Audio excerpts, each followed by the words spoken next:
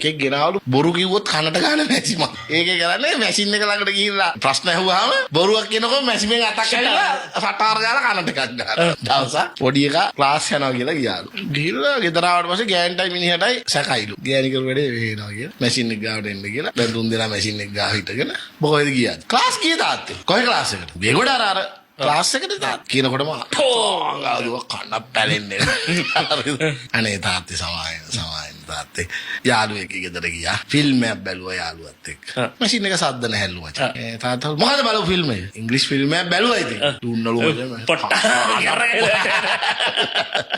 අනේ තාත්තේ මැෂිමට කියන්න ගහන්න එපා කියලා තාත්තේ වැලක් තමා බැලුවා. අර තාත්තා කියනවලු තොප්පි වගේ කාලා කන්නේ. ඔය වයසට යකෝ අපි වැලක් බලනවා කියලා හිතනවත් තිබ්බද? පටෝරියන් ගාලා. මොනවද අම්මට කට තියන් ඉන්නවා. අම්මා කියනවලු "ඔක ඉතින් බොරුවක් වෙන්න විදියක් නෑ." තාත්තගේ පුතානේ දුන්නා. මැෂිමෙන් අත් දෙකක් ආවලු. සටක